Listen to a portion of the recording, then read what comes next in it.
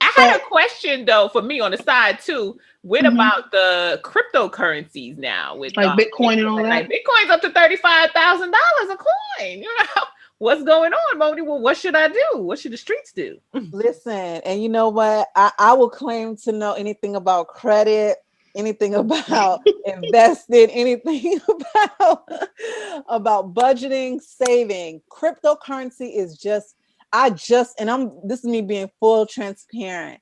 Um, I haven't jumped into it. I did, but I'm a learner by nature. I love learning. So I sat with someone for 3 hours and learned about cryptocurrency 2 weeks ago. So the only little bit that I do know of is that it is at $35,000, but it could easily go back down to $5. Bitcoin. Right? I'm a Bitcoin holder. I've been holding Bitcoin and Litecoin for quite some time now, thanks to the SIA. But Damn, put me on it's blast. it's very you think the stock market take you for a ride. Bitcoin will have your Yeah, that emotions all Bitcoin over will the take you for place. a ride. Yes, So yes. if you're gonna go into Bitcoin, like the advice is, if you know you don't have it to lose, don't do it. Don't do it. And the little bit that I do know about it is it does operate exactly like the investment market, except this is a very high risk investment, which comes with high reward, but also great loss. And Hmm. it's not FDIC insured like the banks, and it's definitely not, SEC regulated. So if you are going to invest in cryptocurrency, do your research, get your knowledge up there. I only know a little bit, and I was willing to just throw $50 at it with the little bit that I did know, because it's so confusing to me. I know it's all coding and whatever, but right now, and the only reason why it went up to that much was because what's the celebrity person that said, oh yeah, that's the new, it was it Elon Musk, I think he made a comment, oh, cryptocurrency is on its way up, and everybody just Hmm. jumped on it, and it Mhm. jumped up because it was 30,000 and then it went up to 35,000. But if you But know there's it, always a bubble. It's always gonna yes, hit a bubble. It's yes, always gonna, because I yes, once again I've done my research too, yes, something that I read upon. So the bubble is when it hits like that 35,000. But then yes, under that bubble, it goes bull is another term that they like to throw around and use. But bullish, after that bubble, when that bubble deflate, honey, yeah, because it bubbled before. It yeah. went big around the time of the sea, and I invested in it.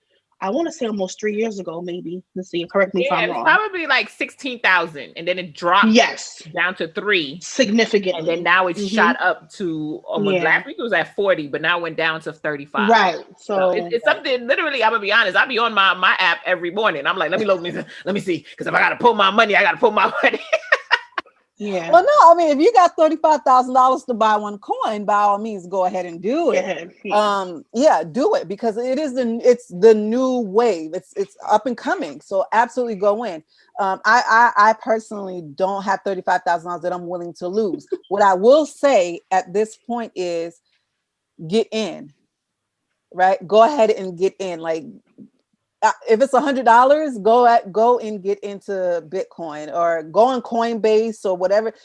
Okay, so the research that I did do is that Coinbase was very. So I'm a social investor, meaning that if a company like Coinbase, who had all of these allegations of mistreatment of their Hmm. African American employees, and it's still under investigation, and they and it's factual, right? It's allegedly, it's founded Let me evidence. just let me just back you up a little bit, Moni. So Yes, Coinbase, for those of us who don't know, yes, Coinbase, because it's cryptocurrency, is a digital wallet that holds all of your coins. So it coins. holds Bitcoin, it holds Litecoins, uranium, titanium, vibranium, all of them is there. Sorry, Moni, go ahead. Lithuania, all. I, Basically, it's like the Robin Hood of crypto. Yeah, of yes, crypto. yes, Yeah. of crypto. Mhm. Yes. So Mhm. that company, so that was the company I was most comfortable with, because it was for beginners, and I'm a beginner Mhm. and I'm just learning, right? So I went to tread lightly and not risk too much. So after doing my research, because everything you invest in, you must do research, because the moment you go in, don't think you're just going to go in blind and then blame somebody else. No, you have Right. to do your research. This is your money you worked hard for.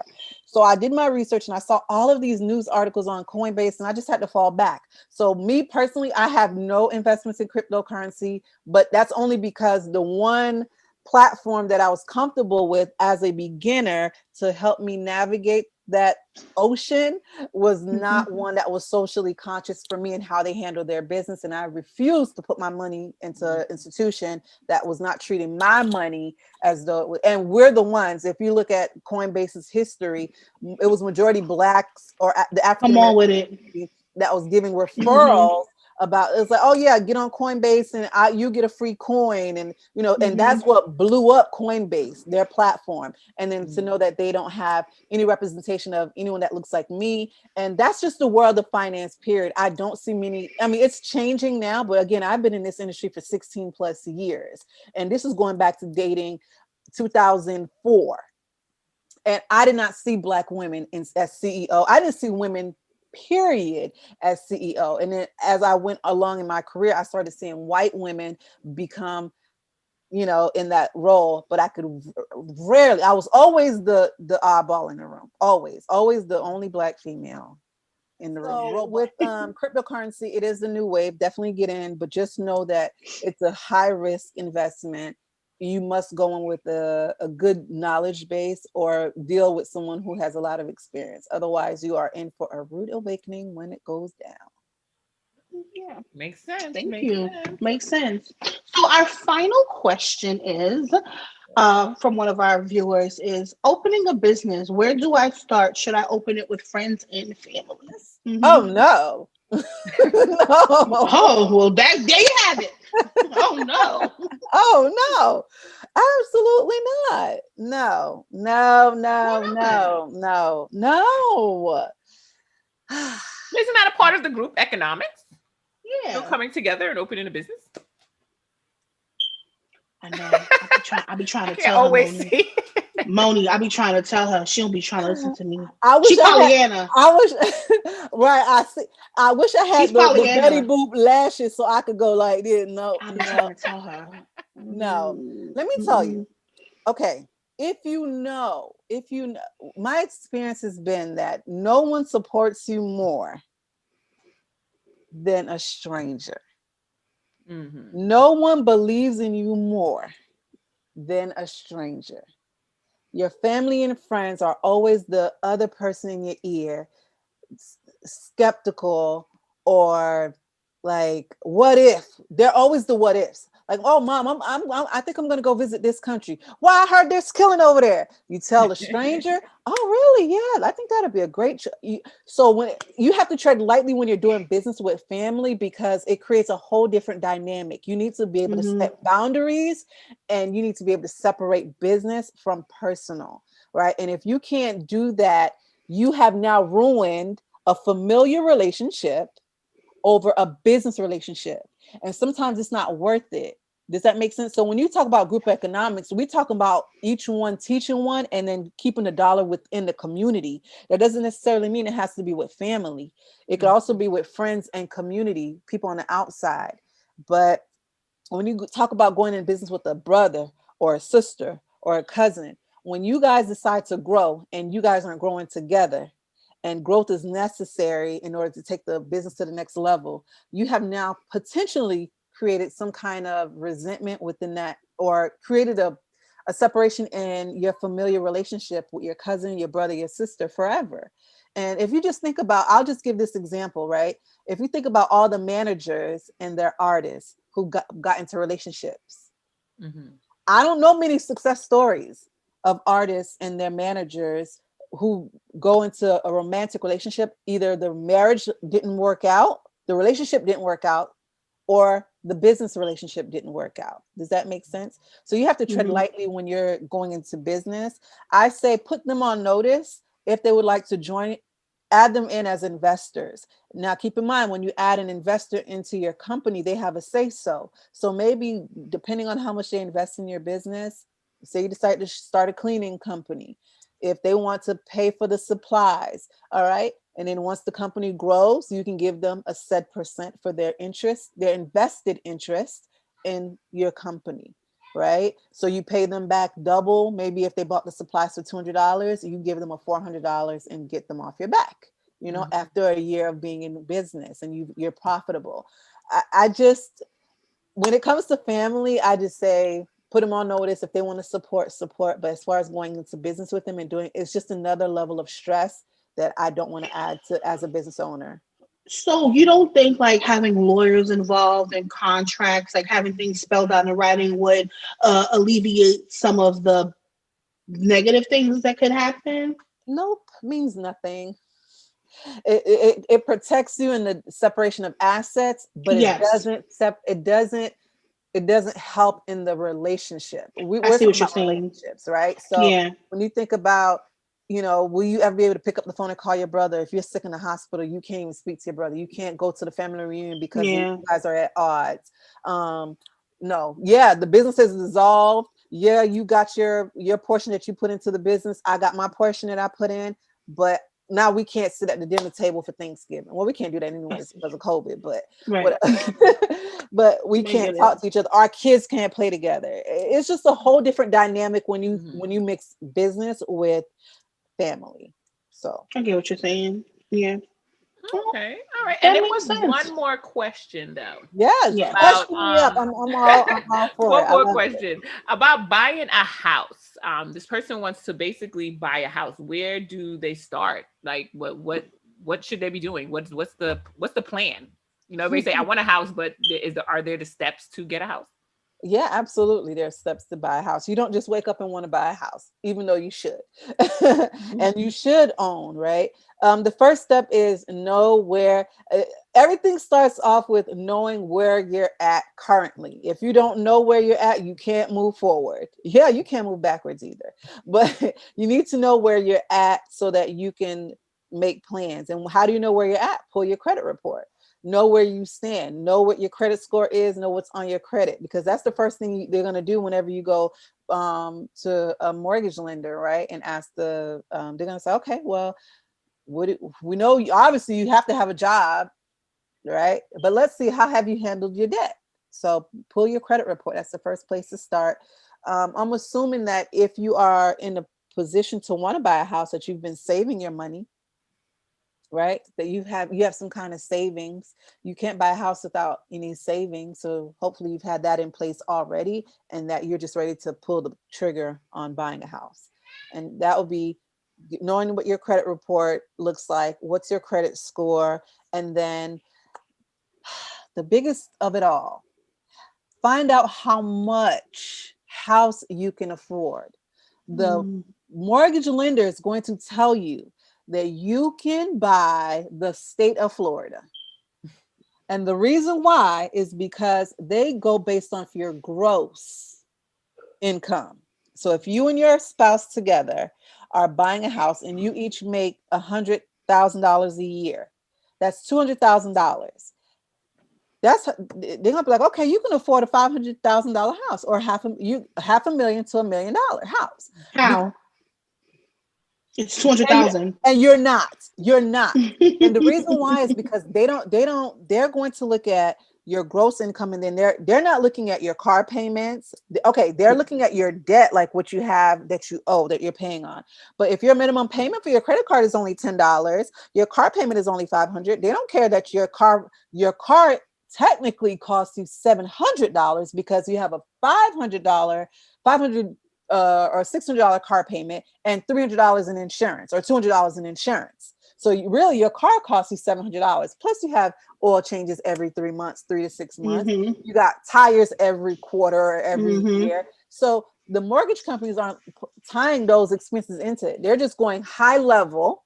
Mm-hmm. You make 200,000, you owe $500. You got 2 credit cards. You only got to pay $10 for this one and $10 for that one. Okay, so that means your expenses is just $510, $20.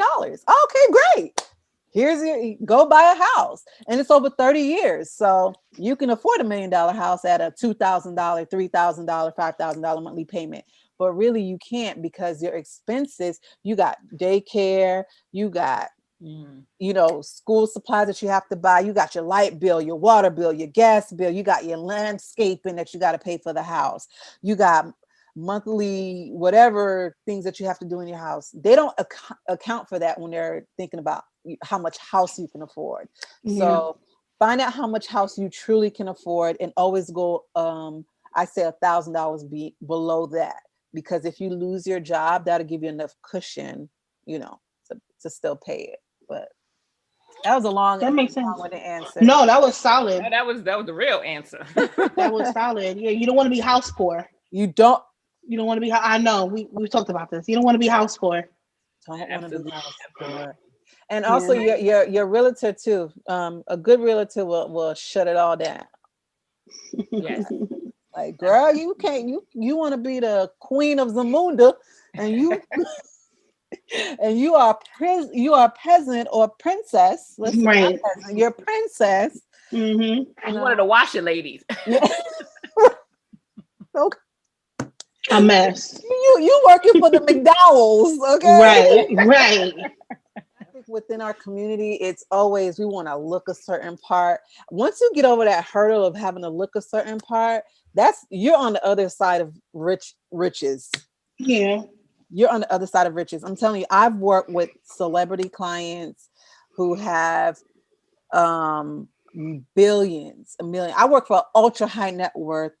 I'm not talking about net worth, high net worth. I'm talking about ultra high net worth clients. Where the real money reside.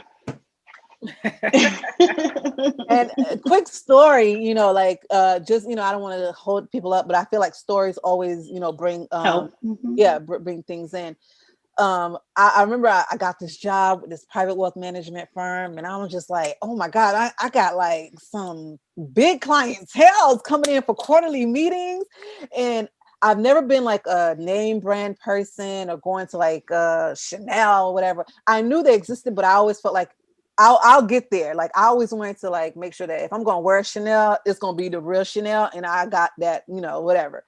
So everybody, like, I know I'm meeting with these big time clients. I'm like, okay, I got to go get me like these expensive suits, like Gucci and whatever. Couldn't afford it. So a girl went and got a Calvin Klein suit, right? 2 pieces, came in there looking like money. Okay. My clients came in there with freaking Route 66 jeans on, with New Balance tennis shoes on. And I'm what? These people who have billions of dollars could care less about what I had on, and more so about how their money could make more money for them. They weren't in there dressed from Gucci down to the socks, okay? Like they weren't in there with Fendi, Chanel on. And then when you go outside and because you want to go to dinner with them, they're driving hybrids and electrical cars because they got to reduce their carbon footprint. I learned so much working with these people, working for them, right? Yeah. And I realized we're the ones that want to look rich. They got the real money and they don't even. But when I went to their houses though, or when I was writing up their quarterly quotes and looking up their addresses, because I was nosy as hell. So I'm like, let me put this on Google and zoom in and see what that's where the money resides. That's where they put their money. Yeah, the houses. You got a smart house. You could be like, water, come to me. And the water. You got heated floors, okay? You walk into somebody's house and it's welcome, Monia. I want to be that wealthy, not just rich woman where my friends and my family can experience my wealth and not see it. Right. So when we go on vacation, we don't have to stay at an Airbnb. We can stay at my vacation home and we have a chef team cooking for us. Amen. You know what I mean? Like you get to experience wealth. And that's what I got to do when I work with this private wealth management firm and this hedge fund firm. And I see Black people. We're 2020. We showed out. Like we sure did. We fixing our. I can definitely see a shift. Yeah, I can definitely see a shift. We're learning about investing. We're in crypto now. We're like, come on now, we are doing it. So I'm proud of us but we still have some ways to go. Definitely. Yeah. So thank you, Mona. You've been dropping a lot of gems, but I have a question.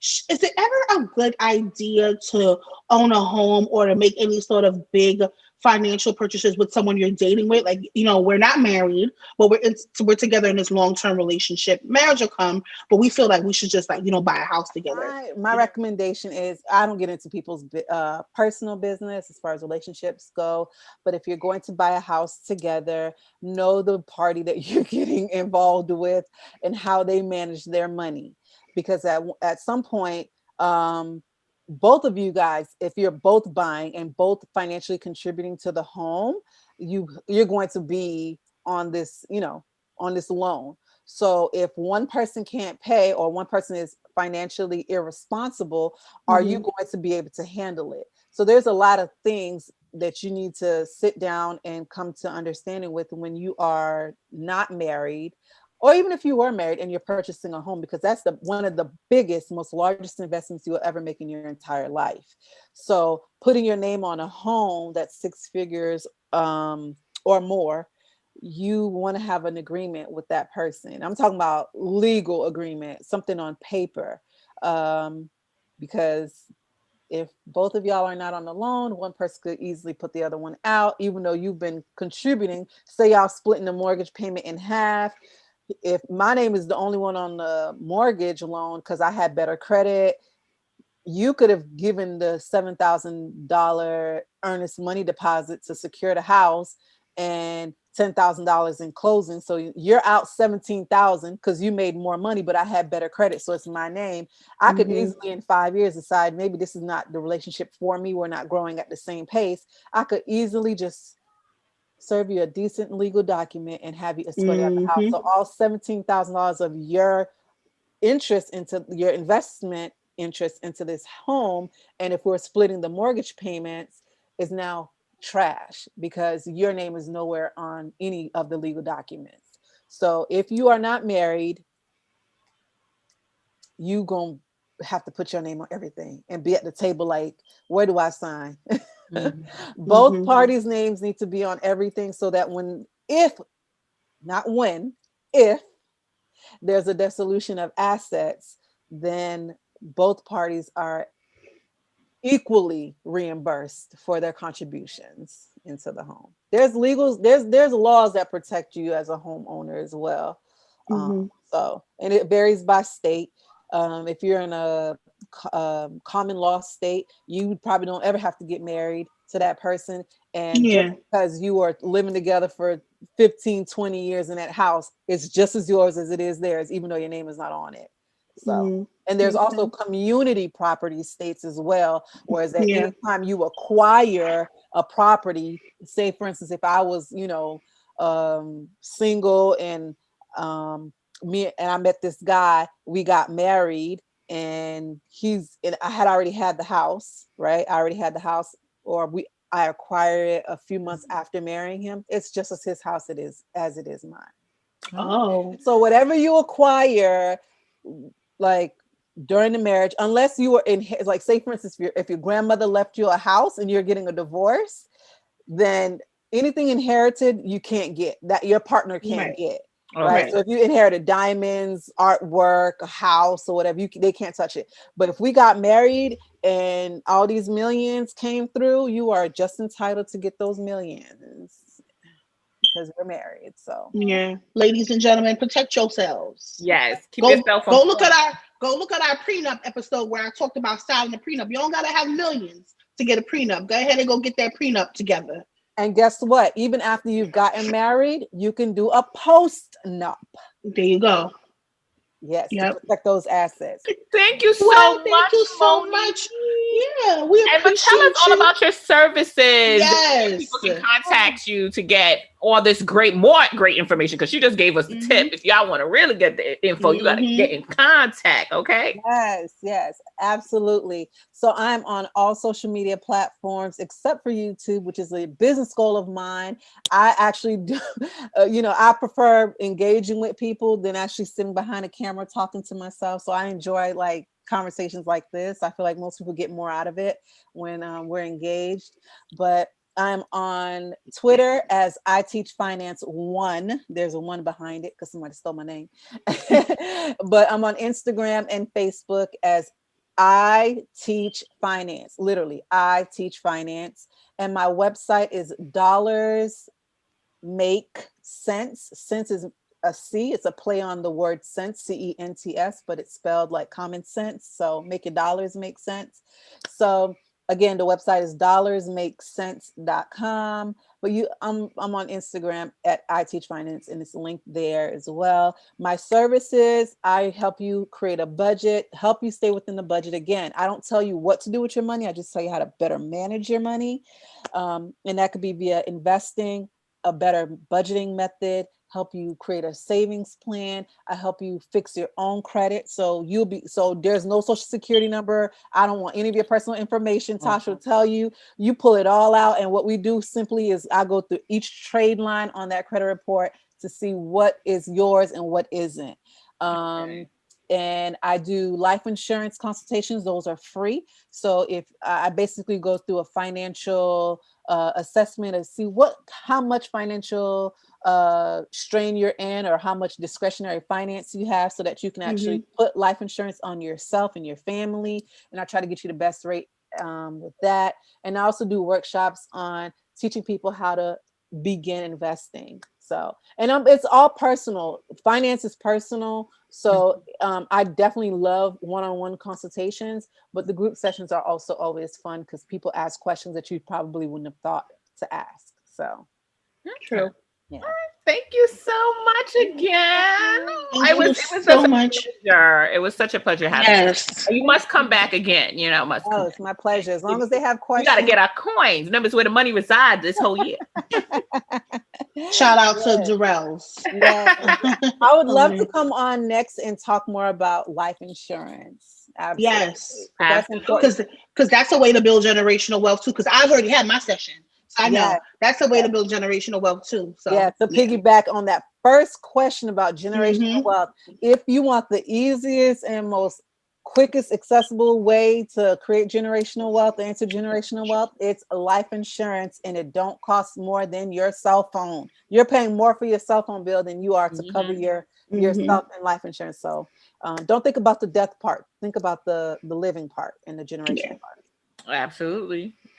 So you heard it from the financier herself, Miss Monia from Make Dollars Make Sense, and I Teach Finance. My lovely co-host is going to have all the handles on the screen and in the description bar. We want to thank you guys so much for tuning into this week's episode. Don't forget, we are live every first Sunday of the month for a Sunday dinner on IG. And as always, if you have any advice questions, please hit us up at everything and for Natasha and for Nasia at Gmail, everything in the kitchen sink at gmail.com. Right here. It's the same time. It's the same place. It's the same show. Thank you guys so much. Anything to add, Nasia? And of course, hit us up on our socials at ETKS Podcast. Check us out all the time, ETKS Podcast.